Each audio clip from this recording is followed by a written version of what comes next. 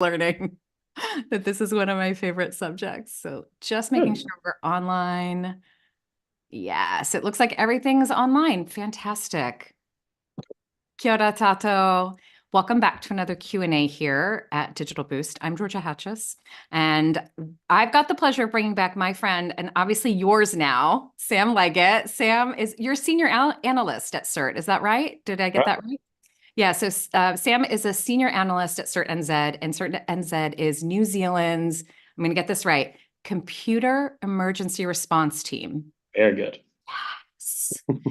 Yeah, and Sam is going to tell us all about that and what that does. But basically, CERT is here to keep us safe digitally, online, and especially for our businesses. Now, all of you know, I love talking about cybersecurity. It is one of my favorite subjects.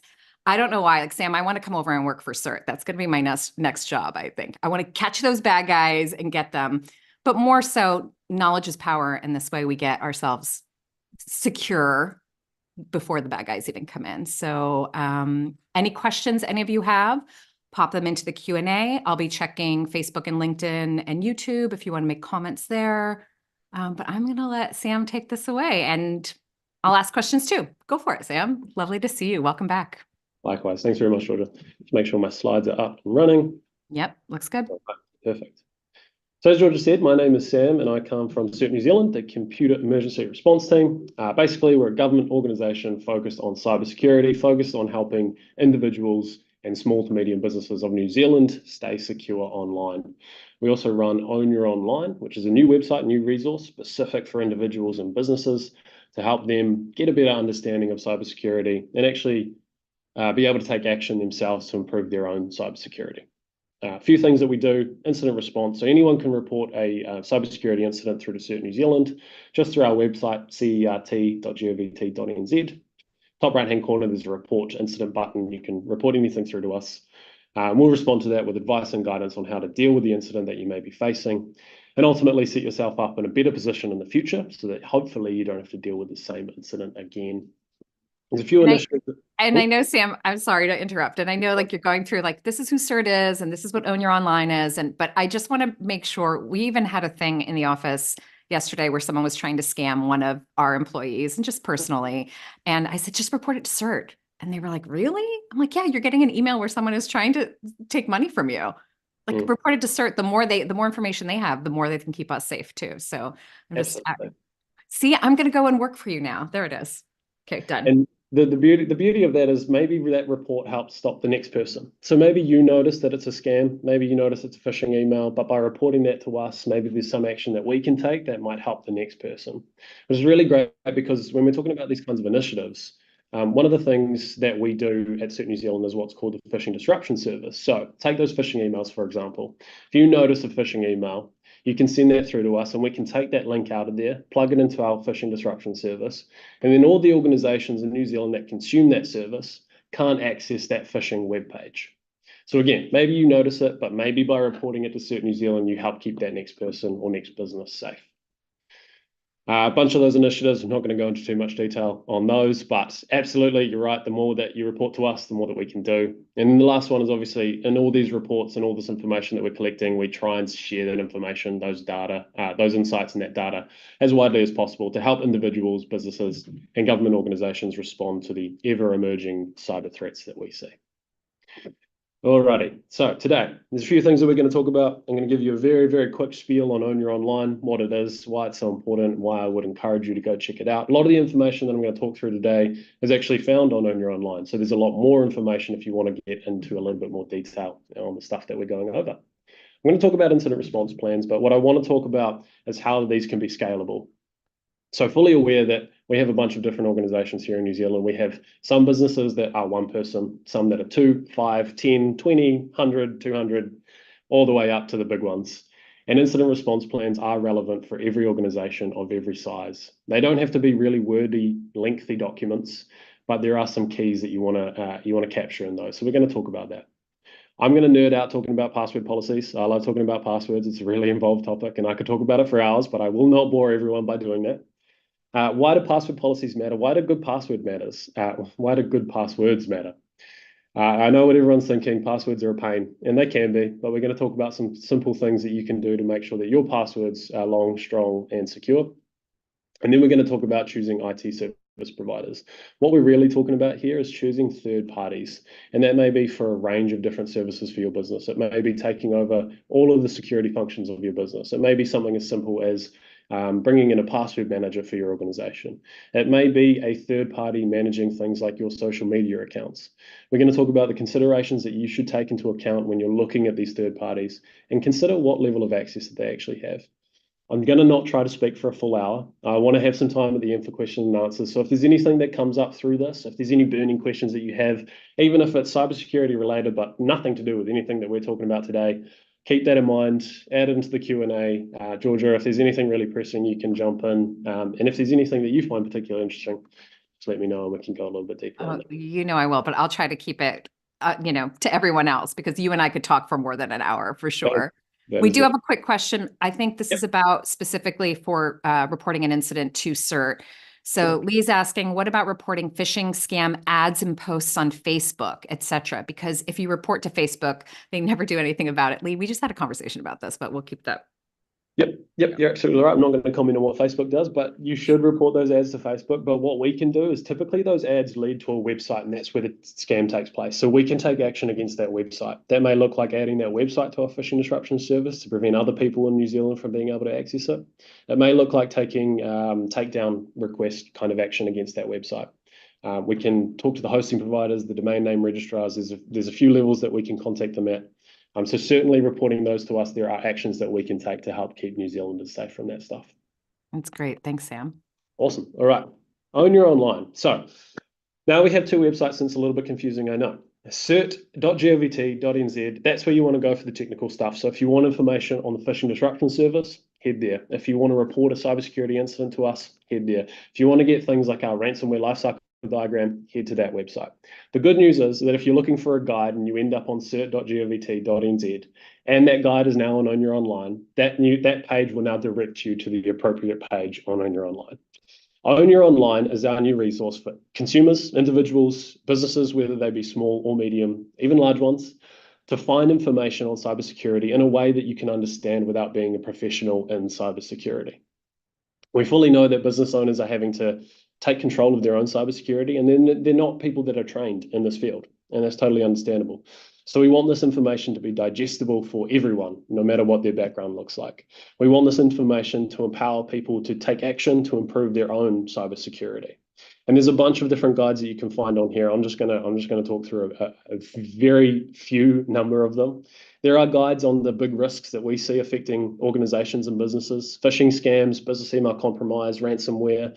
Guides on what that looks like, what that means, and actions that you can take to prevent these things from affecting you. There's guides on the controls that you should put in place, some of the stuff that we're talking about today: creating incident response plan, monitoring different types of remote access software, securing your home network as an individual. There's a whole bunch of guides on here, and if I could talk through them all today, I would, but time not allowing. I do encourage you to go check out Own Your Online yourself. And I'm going to make a little shameless plug here. When you get to Own Your Online, there will be a little banner at the top that suggests that you maybe come join one of our webinars. On the 27th of February, we have a webinar for businesses as well, just helping you to approach security as if you're a brand new business, the things that you should take into account with those kinds of things. So if you want a bit more information, that's free for anyone. Feel free to come along to that one as well. There'll be a banner at the top of the website. Feel free to jump into that. Yeah, and if you want to know a little bit more about Own Your Online, of course, that webinar. And then we did one that's on our website. So if you don't want to wait till the 27th, go to our platform and definitely look at what CERT has got, and then also join CERT NZ on the 27th, because it is the 27th of February. Is that what you said? Yeah. Because you will be more comprehensive in that than what we can do in this hour. Yeah. And there's a whole bunch of other stuff on there as well. There's a scam checking tool. So maybe you receive one of those emails and you're not sure what's happening. You can use that tool to help you sort of determine whether or not it may be legitimate or maybe a scam. A whole bunch of guides on there. So do just check out Own Your Online if you're looking for any more information.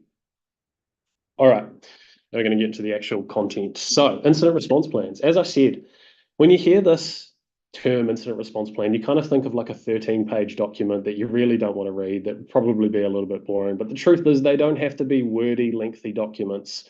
The goal here is to create a plan that gives you step-by-step instructions on what to do if a cybersecurity incident actually occurs. And now these plans are going to look different if you're a small business, if you're a medium business, or if you're a really, really large business. But having a plan in place before an incident actually occurs will help you take control of the situation, navigate your way through it, and hopefully reduce the impact on your business. As I said, your plan will depend on the size and the scale and operation of your business, but there are some standard elements across that, regardless of the size of your organization, that we really want to get across with you today. So if you head to the guide, I should also mention at the end of the presentation, I'm happy for these slides to be shared if anyone is looking for them. There are a bunch of links to more information on the specific things that we're talking about today that will take you to On Your Online with a bunch more information. I'm not going to talk through all 10 points of incident response plans today. Again, not something that we have the time for. What I am going to talk through is the 4 that I consider the most important for a business of any size. If you're a one-person organization, 2, 5, 10, all the way up to the thousands, these kinds of things are certainly relevant for you regardless of your size. The first one's identifying and reporting incidents. And so this is kind of determining the threshold that you want to be made aware. If you're a business owner, if you're a manager, a CEO, anything like that, this is the threshold that you want to be made aware of security incidents. And this is where you're going to report security incidents if they occur in your organization.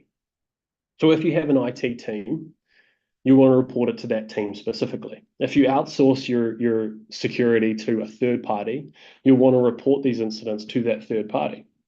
Of course, that third party may have some reporting to you as a function as well. We're going to talk about those third parties in a little bit. This may be that you're a one-person organization, you don't have a team, you don't have a third party. This may be reporting to CERT New Zealand. This may be being aware that if you hold customer information and that information is breached, that you need to notify the Office of the Privacy Commissioner.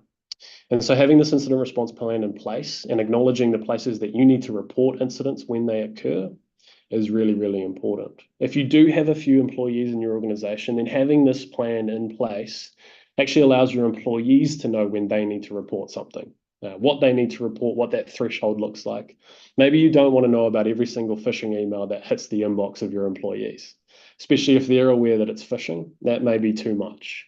But maybe if they do click on that link and they provide some credentials, that's something you definitely need to be aware of. So the other aspect of incident response plans, no matter how big they are, how small they are, having them actually physically written down in an easily accessible place for all your employees so that they can also familiarize themselves with it is also really important. Again, this just comes down to the employees knowing what to report and when to report and who to report to. So the second point that I want to make is determining the scale and response required.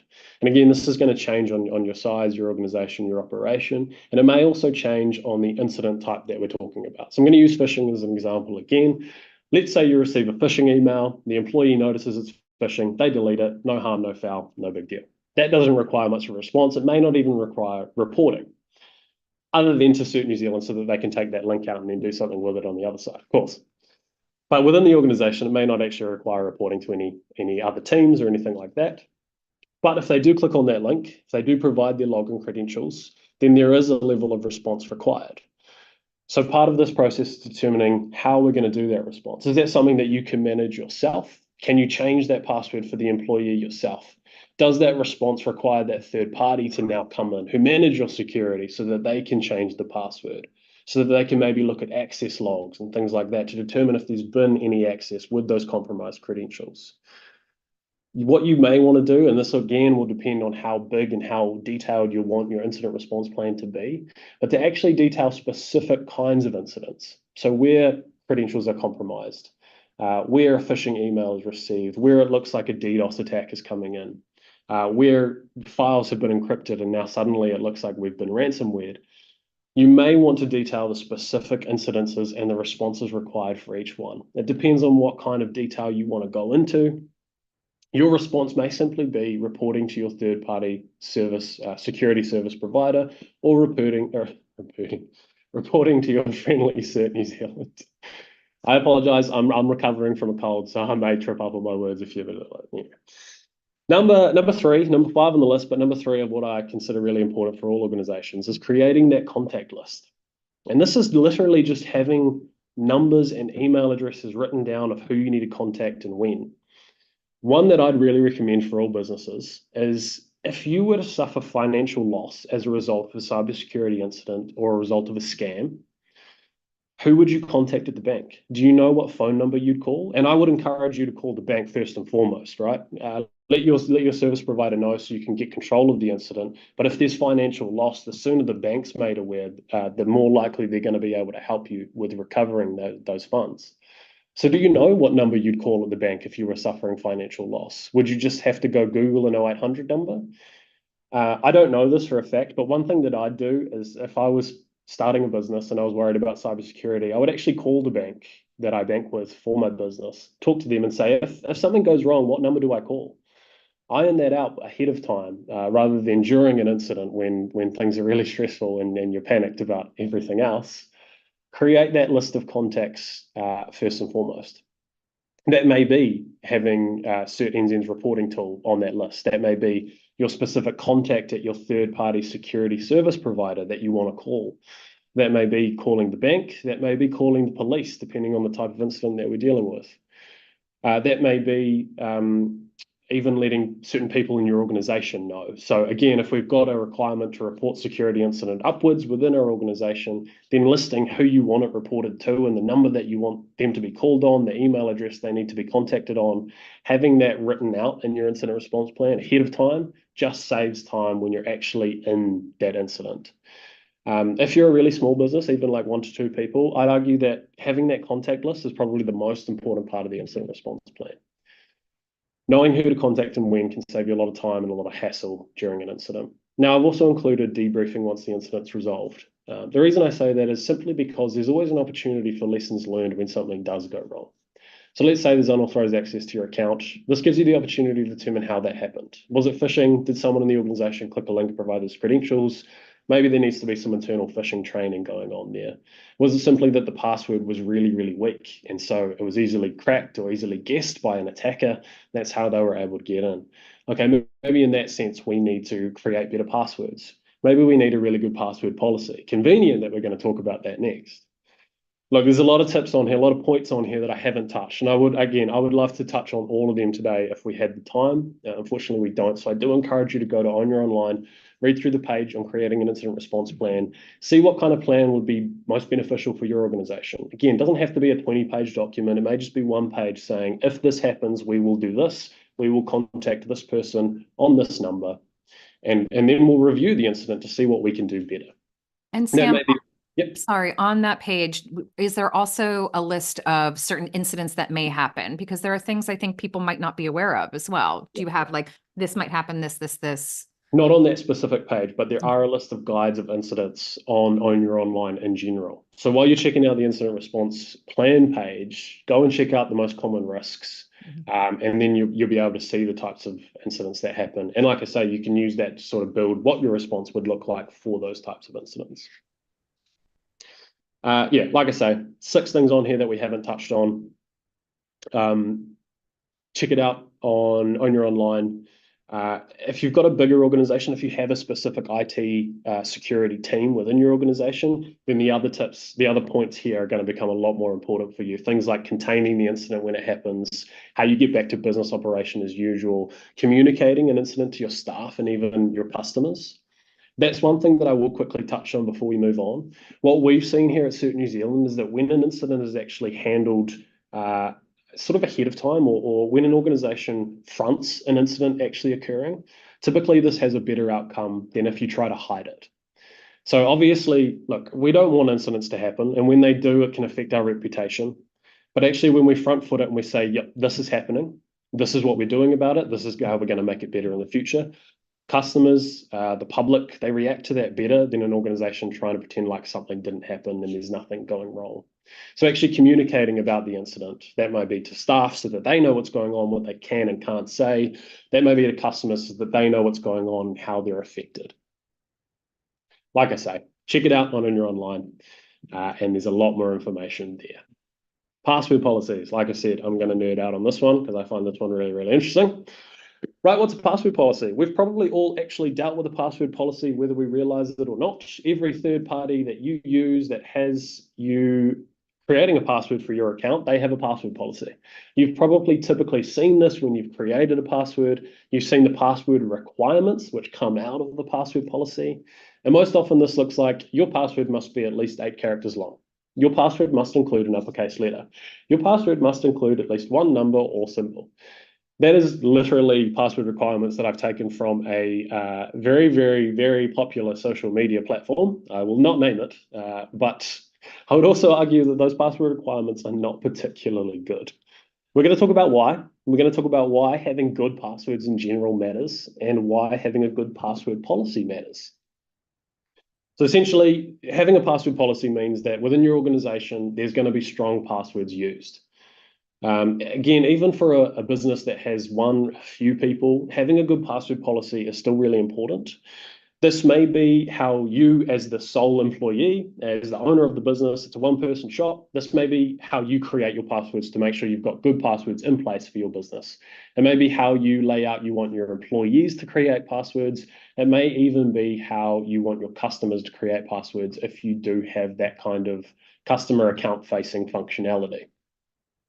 But why does it matter? There is a number of pretty significant risks that are associated to passwords that are here. Now, this is sort of how I categorize them. There are a few other things that we could get in here, and I kind of break it down into subcategories. So data breaches happen, right? Like we have passwords with third-party platforms, and unfortunately, every now and again, they have security incidents happen, and they have data breaches occur, and passwords end up out in the wild. I did a really quick bit of research, and I was able to find almost 14 million passwords that have been breached since 2009. 5 minutes on Google, and I was able to find that many passwords. So that does happen and does get out there, and that creates a really significant risk when we are reusing passwords across all our accounts. There's a data breach and our password winds up in it. We use that password everywhere. All our accounts are now at risk. Brute forcing attacks. So this is using software to try and guess or crack our passwords. And that becomes a lot easier for attackers when we're using personal information in our passwords, and that personal information can be found online. Password spraying, so grabbing that list of 14 million passwords that I just found and putting it into as many accounts as you possibly can to see what lands. Phishing attacks are trying to actually get passwords from people through social engineering tactics. There's a whole bunch of risks to our passwords. The good news is that by creating a really good password policy, we can prevent 5 of these risks just like that, just by making sure our passwords are nice and solid. The other good news is that if we add 2FA on top, all of these things almost become, I don't want to say obsolete, but we can really significantly prevent against these risks. Now, what does that mean? How do we actually create a good password policy, Sam? Can you put it into writing for us? Well, I kind of have. I've not given you these specific requirements that I recommend you use, but these are the things that I would encourage you to include in your password policy. So make it unique. Make sure that we're not using the same passwords across all our accounts. Now, I know what you're thinking. I have 160 online accounts. How can you ask me to have a different password for every single one? You're right, and I'm not, because that's unrealistic. The truth is, passwords, your really strong passwords are really important on those really critical accounts first and foremost.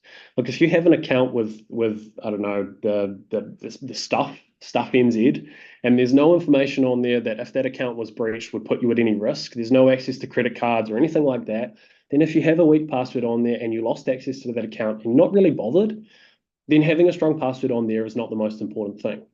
But having a strong password on your bank account to prevent anyone else from getting in and getting access to that and transferring money out, that is really important. So what we encourage is to make sure that your passwords are long, strong, and unique on those really important accounts. Now, if we're talking about business, we're thinking about things like our bank account for our business, our email account for our business, which is a really important one. What people don't realize is that your email account is associated to all your accounts, right? So if someone was able to get into that, often they can use password reset features to actually compromise your other accounts as well. We're also thinking about social media, anything that you use for your business that's really critical, that could cause significant damage to your business if you lost access to it.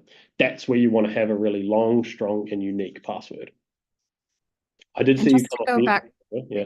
Sorry, just to go back to what you said about your stuff, the weak password on stuff, right? So if you're using the same password across all of, and that's the same password you used on stuff, and that gets breached, then they can go back into your bank account, your Gmail, all of that, and say, oh, it's the same password that you used on there. So I think that's Exactly. another, Yeah, exactly. And that's what we're talking about when we say password spraying attacks. So if an attacker becomes aware of an email and password combination that is genuinely used, then it's common that they actually take that combination and will try to plug it into a bunch of different platforms. Because a lot of people do use the same passwords, and a lot of people have the same email address for their accounts. So that combination is the key to the kingdom. That's why it's so important to have unique passwords, at least on these really important accounts that we're talking about. Next one is long and strong. Now, it does say here at least 15 characters. I did a bit of math. I took completely random passwords of all kinds of characters, uppercase, lowercase, numbers, and symbols of varying lengths. So 8 characters all the way up to 16. I'm going to try to remember what the numbers were. 8 characters took a few hours to crack. 10 characters took a few weeks to crack. 12 characters took a few million years to crack. 14 a few billion years, and 16 a few trillion. So look, we often share best practice security advice. So in that case, the best practice is to have a 16-character password because it's going to take 165 trillion years for a computer to crack that. That's maybe not particularly realistic, especially when we're asking you to remember 4 to 5 passwords that are all different, that are all long. So I'd actually lower that to at least 12 characters. If it's a really good password, then 12 characters is probably going to be okay. Again, that's a few million years to crack. But there's a few things that we have to get really right if we're only going to have 12 characters as our password. Now, one thing that you can do is actually use a passphrase. So 4 or more random words that you put together. This can often give you a password of at least 12 characters long. You can add some numbers and some symbols in there. Now we're gonna talk about some things to avoid when adding numbers and symbols. But then you've just created a really strong password for yourself. These words can have some kind of meaning to you. It's really good that if they're not personal information, especially where that personal information is available online. 4 words that you can remember, that you can put together into a password, that you can change some letters and numbers and symbols to create a really strong password for yourself is not a bad practice. It's not going to be as strong as the same length password of completely random characters, but it is going to be a lot more memorable for yourself. It's a lot more realistic for you to remember 4 or 5 passwords of that nature than it is to remember 4 or 5 passwords that are totally random. Now, one thing that I don't have in here is talking about password managers. If you do want to know about password managers, feel free to ask a question at the end. Happy to talk about that. That's absolutely a really powerful tool that you can use. But what we're talking about here is if you don't want to go down that route, how can you create strong passwords for yourself that are more realistic to be remembered? I'm wondering if I should wait to ask this question at the end, but since it's popped up, I'm going to ask you anyway, because it's about AI. What additional considerations with password management are required as AI bots become more sophisticated? Do you think any of these password guidance points will change? That's a really good question. Mhm. What I would say is that these points would actually stay the same, but they would become more important with AI. So one example of how personal information, which is really convenient because it's the next point, one example of how personal information can often be used against us to crack our passwords is because attackers will use software that can guess a really high number of passwords in a really short amount of time. They can actually use key pieces of personal information with the software. So they can grab our last name, date of birth, pet's name, street address. Think about anything that's available on your social media right now. Those key pieces of information can be grabbed, they can be used in conjunction with brute forcing software, and this makes it so much easier for that software to guess our passwords where we're using that personal information. And I would say these points become even more important when we consider AI, because what AI is essentially going to do is make all those functions quicker, easier for a wider range of people. It's already happening at the moment, those kinds of functions. They're already out there, but as we've seen with AI a lot of the time, it just makes things easier for people. And unfortunately, it makes things easier for bad people a lot of the time. So even more important to make sure we're not using personal information that can be found online. Even take into consideration locking down your social media so that personal information can't be accessed by anyone. Set it to private, set it to friends only, whatever you're more comfortable with. Understanding who can see what information gives you a little bit more power in that space. But even more important, not to use personal information that can be found online. And I again, think I'll come back to that passphrase idea. Again, those 4 words, if they have meaning to you, that's okay. Maybe it's a phrase from your favorite book. As long as that can't be found online, that's okay. If you've got that quote online in the social media post you made 3 months ago, then maybe don't use it. But if that information can't be found online and it's special to you and only you, then that's probably a good passphrase to use.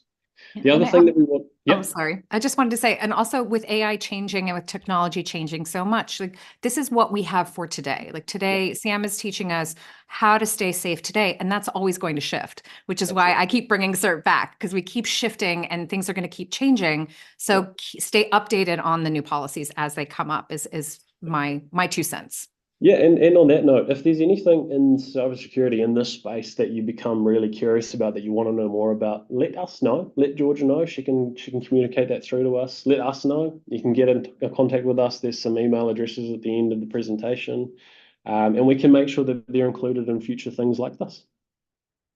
Now, the last point on password policies that I'll make here, sorry, the second to last point, we want to avoid common patterns. And again, this is important when we consider AI. It's important when we consider brute forcing software. Essentially, we're fighting human nature a little bit when it comes to passwords. Like, what we all want to do is we all want to make one password. We want to use it everywhere. And when we're asked to change it, we want to add a 1 to the end, change it to a 2, change it to a 3, change it to a 4. I get it. That's easy. Unfortunately, attackers know that we do that, and they use software to use that against us. So when we add a 1 on the end of our password, and then we're asked to change in 3 months, and we change it to a 2, and then again we change it to a 3. Yeah, we all do this. Attackers know that they can use that against us. Often, when we're required to add a symbol to our password, we chuck an exclamation mark on the end. Maybe we change that A for an at, and we think we're pretty clever, and it's not a bad idea. But again, attackers know that we are doing this. They know that these are common patterns that that humans use, and AI can also be used to take advantage of that as well. So it's actually important to avoid these common patterns and take that into consideration. If you're using a passphrase password, just avoid those common patterns. Definitely add numbers and symbols in where you can in a way that you'll remember, but avoiding those really common patterns is a good step to take.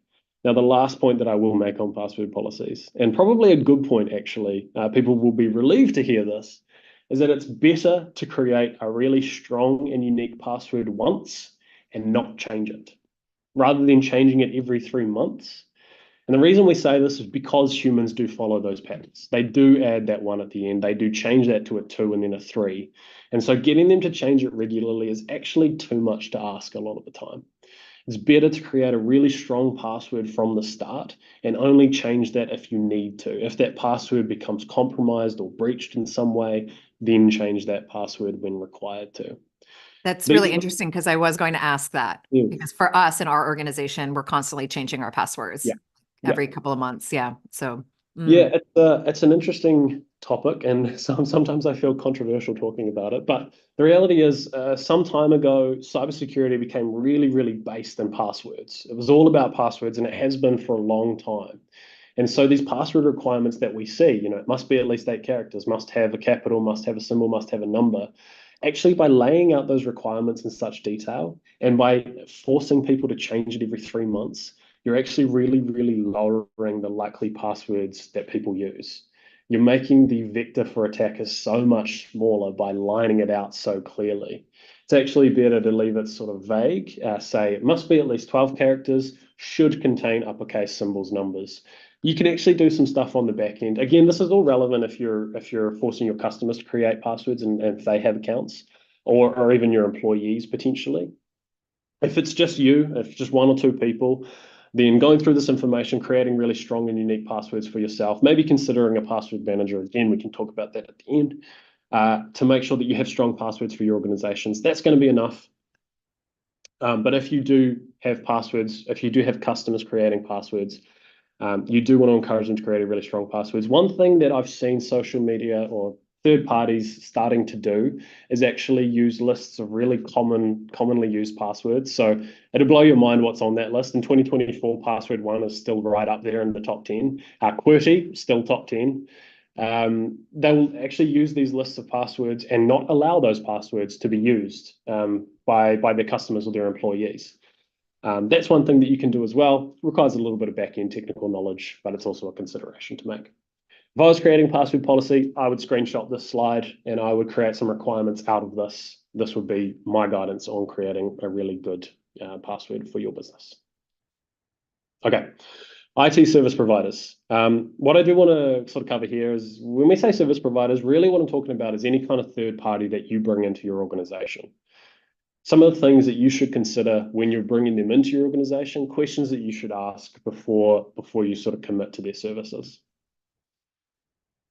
So an IT service provider is essentially someone external to your business who could help you with a technology or a security issue. There's a whole bunch of things that they could do for you. It's not the slide I thought it was. This is the one. Okay. There's a few things that you want to consider when you're looking to bring on board an IT service provider. So what are the reasons that you want to bring them on board in the first place? What are the core requirements? Do you have a set budget? Does where they're located cause you an issue? Are they actually based in New Zealand or are they based overseas? Now, the reason I say that is let's say you outsource all of your security to a managed security service provider, but they're actually based in the UK. Is that time difference going to cause an issue for you? What if an incident occurs and they become aware of it, but it's like 4 a.m. here and you're sound asleep? So maybe you want to look more locally so that if something happens, you get told in a timely fashion. Maybe you want to look at a service provider that has a 24/7 function or operation because you want to be made aware of it whenever it happens, even if it is 4 a.m. for you. These are some of the things to take into consideration. What's your actual goal? What are you trying to get done by looking at this IT service provider? Are you trying to save time, outsource some of the technical work? Are you trying to get everything security related done by one person? And look, that's a reasonable thing to look at doing. Once you sort of figure out what your core requirements are, there's some risks that you want to take into consideration as well. And actually, I've mentioned already that we have an online cybersecurity risk assessment tool on Own Your Online. There's a link to that at the end of the presentation as well. So you can step through that, and that's going to give you some really useful information, one, on what you might look at using a service provider for, but two, what you might actually want to include in your incident response plan as well. So what are the online security risks to you? And this is all about understanding what your business looks like, what kind of assets you have in your business, what kind of information you have on customers or employees, what are the biggest risks to your organization? Can you manage these risks yourself? Can you create a really sound password policy for your organization and the 6 employees and make sure that they're using really strong, unique passwords? That's something you can manage yourself. Great. You might be able to save a little bit of money by not looking at a service provider. What do you actually need the provider to help you with? Again, I encourage you to check out that security assessment tool. That'll give you a really great starting point for this kind of stuff. Now, there's just a few sort of examples of what we might look at for our service providers. It might be that you want them to take care of all the software that you have for your organization. You want them to take care of installing software updates and making sure that everything's kept up to date. The biggest risks to organizations at the moment that we see based on the information coming through to us through our reporting is the stuff that we've talked about around passwords, those kinds of attacks and those risks, but also vulnerability exploitation. Really long words there. What does that mean? Software often have vulnerabilities pop up in them just by way of how they're made. If you've ever looked at the code behind software, it's absolutely mind-blowing. I studied code for a little while and it still confuses me. Absolutely. But every now and again, vulnerabilities pop up in software and it can create issues for organizations. It can create ways for attackers to get in. It can create ways for attackers to exfiltrate data, a whole bunch of different things. Making sure we have the latest updates of the software that we're using in our organization. This might be our operating system. It may be the back end of our website, all these kinds of things. Any software that you use, making sure you have the latest update is the best way to combat and prevent vulnerability exploitation affecting you. So maybe you don't want to worry about that. Maybe you actually want a third party to come in and take care of all the installation and update of all the software that you use. There might be some questions that you want to ask them. Will they be responsible for applying updates across all your devices and software that your business uses? How frequently will they update that? Will it be as soon as the update is available? Will they require you to initiate the update, or is it going to be all handled by them? You may be looking at a service provider to handle your backups. The reality is that when ransomware hits, there's often not a lot that can be done other than restoring from our backups. or rebuilding our entire systems. Now, there was actually a really great situation not too long ago. We were working with an organization and they had just implemented daily backups of their systems. They got hit with ransomware. They recovered just like that. They didn't have to play the attacker's game at all. They restored their systems from that day's backup and they were good to go the next day. So maybe you want to look at a service provider for enabling these kinds of backups. Will they run those backups for you? How often will they run those backups? Do you want it to be daily, but they only do weekly? How will they protect the backups that they actually hold of your organization? This is a third party that has access to pretty much everything in your environment so that they can capture that backup, that image, and then store it off-site. It's a really good service to use, but that's a lot of commercially sensitive information for them to store on you. So making sure that they actually have sound security practices is a really strong step to take. It may be that you want someone to take care of setting up and analyzing logs. What are logs? Essentially, this is just a paper trail of what happens within your organization. You may have logs of access to certain systems. So maybe it's keeping a log of when your business Facebook was logged into. It may be when your website was logged into on the back end, when your database was logged into, these kinds of things. Maybe you want a service provider to come in and keep track of what's happening within your organization. So when something goes wrong, you have that paper trail to refer back to. Again, some important questions you might want to ask is where will they actually store these logs? Is it stored in your own environment? Is it stored in their environment? How are they going to keep that information safe? With any kind of service provider, you want to ask what's going to happen if something goes wrong? How are you going to let us know that something's gone wrong? Is it your responsibility? Is it our responsibility? One thing that I've added in here recently was managing social media. So it's less of an IT service provider and more of a comms or media service provider there. But say they have access to your Facebook account so that they can manage your social media for the sake of your business operations. What happens if they get compromised and in turn your social media account is compromised as a result? Are you happy with them having full access to your social media account so they can do their job? Or do you want some level of controlled access? So maybe they have a login to the account, but they need to go through a two-factor authentication challenge that you are in control of. So you have to authenticate when they're actually able to log in there. The reason I mention that is because we've actually seen this happen. One of the stories that we have in our exposed expose, another thing on Own Your Online that you can see is some real stories from real New Zealanders that have gone through cybersecurity incidents. One of those stories is exactly this. They had a social media account for their business. They had a third party managing that social media account, and the third party was compromised, resulting in their own social media account being compromised. These are some really important questions to consider and ask before signing up for these service providers. The other thing that I would say is that with any kind of service provider that is storing your information, you should always consider two-factor authentication on those kinds of things. Do they have that in place for themselves? Do you have that in place for accessing the information that they're storing? Just an extra layer of protection to keep that nice and safe. As I said, there is a bunch of links to the things that we've talked about today and a little bit more. Incident response plan, password policies, how to actually make a good password. So there's a bit more information, a bit more in depth on sort of the passphrase approach there. Looking at IT service providers, and also that security risk assessment tool that we discussed as well. One thing that we're looking at doing in the near future is expanding on that IT service providers to be much more about third-party access in general and how you might want to approach that, some of the considerations to take into account with things like managing your social media for your organization. That is everything that I have prepared for you today, but I do believe we've got about 15 minutes left for Q&A. So if there are any questions out there, please jump on. Doesn't have to be about what we've talked about today. It can be anything cybersecurity related. And if not, I'll give you 15 minutes back of your day. That's also fine.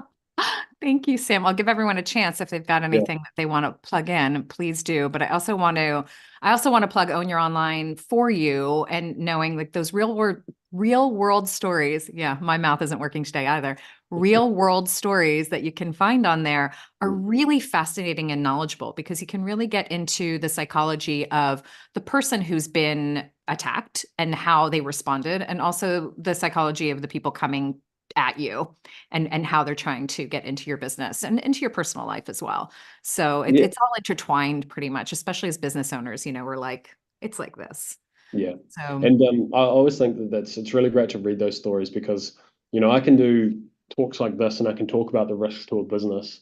It always lands a lot more when you hear it from someone that actually went through it. mhm. And so there's a range of stories on there from individuals to business owners, from phishing scams to, like I say, unauthorized access by way of a third party. There's a whole range of things on there. And I think it just really brings to light how important cybersecurity is these days. One thing that I've always enjoyed talking about is the reality that we live in such a digital age now. The truth is that cybersecurity risks are really just business risks these days. And it sounds very confusing when we add this big scary moniker of cybersecurity to it, but really we're just talking about being online. We're talking about using the internet, using digital assets, anything like that. There's a security aspect to it. There's a keep yourself safe aspect to it. And that's what Own Your Online is all about, allowing you to keep yourself safe. Yeah, absolutely. We do have a couple questions that have popped up. So one question is there a password manager you can recommend? We I have always talked get, about this in the past. Yeah, yeah, so I don't know if you can yeah, recommend it's one, a but totally valid question, totally valid question. And yeah. look, the reality is I work for a government organization. I can't recommend specific products because that looks like controlling the market and all that kind of stuff. But this is what I would tell you. Consider what you want in a password manager. Also, I do use a password manager myself, and I'm very tempted to just tell you which one I use personally because it's personal choice. The truth is, if you look up a list of top 10, I'm pretty sure the one that I use is second on that list. Anyway, the things that you want to consider with a password manager is have a look at their track record. So some password managers in the past have had data breaches. And it's not just about looking for the ones that have never had an incident. It's about looking at the ones that handled it really well. Consider, do they offer you two-factor authentication? Because at the end of the day, if you're using a password manager, you're storing everything in there. It's the keys to your kingdom. You want as much security there as possible. So you want a really long, strong, and unique password that's never been used anywhere else. You want to have 2FA in place so that you've got that extra layer of protection. You want to understand how they're going to deal with security incident if it occurs. You may want to look at a password manager that has integration with other things. So a lot of them will actually have Chrome extensions. And it's not that they're storing your passwords in Chrome. It's just offering you an extension to the software stored on your device so that it can access that password. You can pretty much copy and paste it over nice and easily. So it makes it a little bit easier for you. These are the things that I consider when looking at a password manager. The one that I use, I'm trying to plug it without plugging it a little bit. There are some out there that also offer additional things. So they store your password, and the good ones will not store it in plain text. They'll actually encrypt it so that they can't actually see what your password is. They put it through an algorithm. They can use the output of that algorithm to match it with the sites that it has to actually be entered into, but they can't actually see it themselves. And so what they'll use is the output of that algorithm, and they'll check all the breach passwords that are out there online. They'll put those through the algorithm too, and if there's any identical match, then they know that your password has ended up on there, and they can actually let you know, hey, your password's been breached. So that's a really good additional feature to look for in your password managers. Now, one additional question that always comes up when we're talking about password managers is what about the built-in ones? So Google Chrome has a password manager essentially. What about that one? Is that good to use? There are some pros and cons. There are some risks and some benefits from using these kinds of things. If you end up going with the Google Chrome password manager, what you need to take into consideration is the fact that your Google account is now your password manager. So you want a really good password there. You want to turn 2FA on your Google account.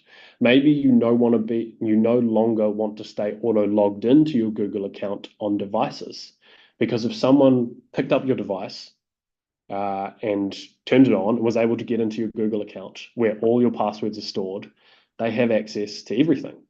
If you do want to stay auto logged into your Google account on your laptop, for example, then you want to make sure that your laptop is protected with a decent PIN, a decent password, biometrics, something to make sure that if you lost it, no one could pick it up, open it up, and gain access to your Google account.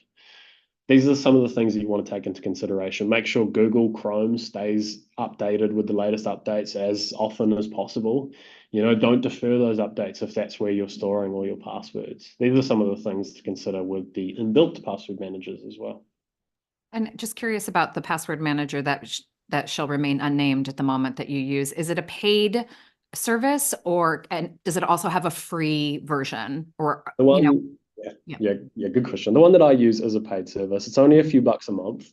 Mhm. But I decided to go down that route. I actually went through a process recently where I, changed all my passwords on every account that I have and stored it in the password manager.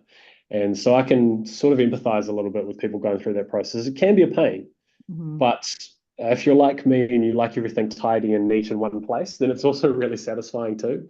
Once you've Mhm. gone through all your accounts, you know that you've got a 30-character random password for every account that you have online, and you now only have to remember one password. It's a really satisfying thing to go through, and it's really, really good for your cybersecurity as well. Oh, thank you. And then there's another question we have here. Is there somewhere to go to get guidance or a base/blank incident report as an example? As an incident report coming through to us, like Yeah, an incident report that we would receive on someone reporting an incident to us. I'm not Or sure. is that more a blank template on an incident response plan? Yeah, Leslie, if Not you sure. Either want it. way, this isn't something that we currently have online. One thing that I would like to see in the future is sort of a template incident response plan, if you will. Get that out there. It might just be one page, it may just be some very basic stuff, and it may be sort of a fill in the blanks sort of template. But having that on there would be really good. There are some other places that you can go and grab that. Some really reputable organizations that I would also encourage you to listen to and trust the information of is the ACSC. It's an Australian government organisation that do a lot in the same space that we do, and NIST. It is an organization in America that do a lot of work in terms of cybersecurity frameworks, and they have a lot of resources like templates and guides that you can also use as well. So those are two really reputable organizations that you can look at as well. And a third one for anyone who would love to know is CISA in America as well, CISA. That's another really reputable organization. These are all organizations that we actually work with every now and again on things. Very reputable, and their resources are definitely worth looking at and using as well. Yeah, so we've got so it was a blank template to create for the business. So what we're saying, and then I've got an anonymous attendee. I can guess who that might be though, that says CERT NZ is in the process of creating a template like this for own your online website. Watch this space. Yeah. Who could that be? And on that note, just to mention again that if there's anything that you feel there's a real gap in, if you check out on your online and you think, hey, there's no guide on this, there's no blank template for that, I'd really love to know information about this. Keep that in mind. Bring that to the next Q&A session. Let Georgia know. Let us know. You can reach us on social media. You can send us an email on the address listed on screen at the moment. We want to get the information out there that's relevant for the businesses in New Zealand, so that they can keep themselves safe. And if you feel there's a gap, let us know and we can look at filling that gap. Absolutely. Yeah, 100%. Get in touch with me. Get in touch with us here at support@digitalboost.co.nz. We're always here to fill that gap for you. And Sam, thank you as always for coming on. I love having these conversations with you. I love it. I love seeing everybody who shows up every time and the questions that are asked. And if you have questions that you felt shy about asking now, ask us. Send it to support. Send it, Yeah. go to Own Your Online, go to CERT NZ. There is a lot of information out there that can just get you feeling safe and foundationally secure in your business. I am also just going to plug quickly because we did bring up the AI situation. We are going to be talking about the morality of AI on Thursday. I'm doing another Q&A with Ansel Singh from Academy EX. So if you are curious about AI, the morality around it, and what we're learning about it, please pop onto that and ask your questions there. But in the meantime, I'm going to let Sam and all of you have the rest of your day. Sam, thanks again. And I know we're gonna figure out another time to get you back online because as things keep shifting, we're Yeah. learning more and more. Sounds Um, good. Thank you but very much. love, Thank you for everyone that came along today. Hopefully, you can take something away from this and help to improve your own business's cybersecurity. absolutely. Mate wa, everyone.